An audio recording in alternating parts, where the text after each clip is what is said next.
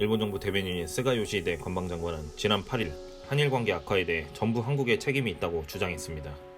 민영방송 TV 아사히의 프로그램에 출연해 징용 문제를 언급하며 1965년 한일 청구권 협정에 의해 이미 합의하고 해결됐다는 일본 정부의 입장을 거론했습니다.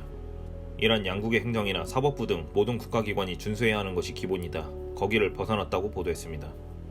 이어서 이란 청구권 협정은 조약이다.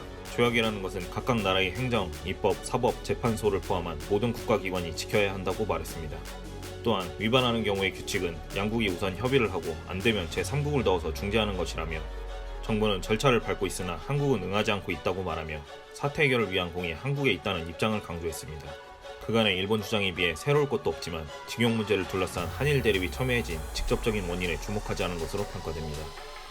또한 협정의 해석이 쟁점이 된 상황에서 협정이 사법부를 구속한다는 취지로 언급한 것은 상권 분립을 경시한다는 지적도 낳고 있습니다.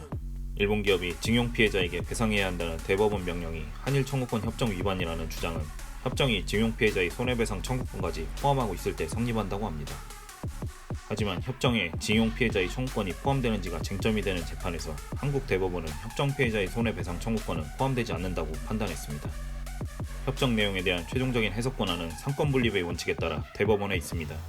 따라서 징용 문제에 관한 최근 한일 갈등은 한일 청구권 협정의 준수 여부가 아니라 이 협정을 해석하는 방식에 대한 양국의 견해 차이로 촉발된 것으로 볼 수 있는데, 그럼에도 스가 장관이 협정에 관한 시각 차이 대신 협정 준수 여부에 초점을 맞춰 발언한 것은 한국이 약속을 지키지 않는다는 메시지를 국제사회에 알리려는 일본 정부의 움직임과 크게 다를 것이 없다는 평가입니다.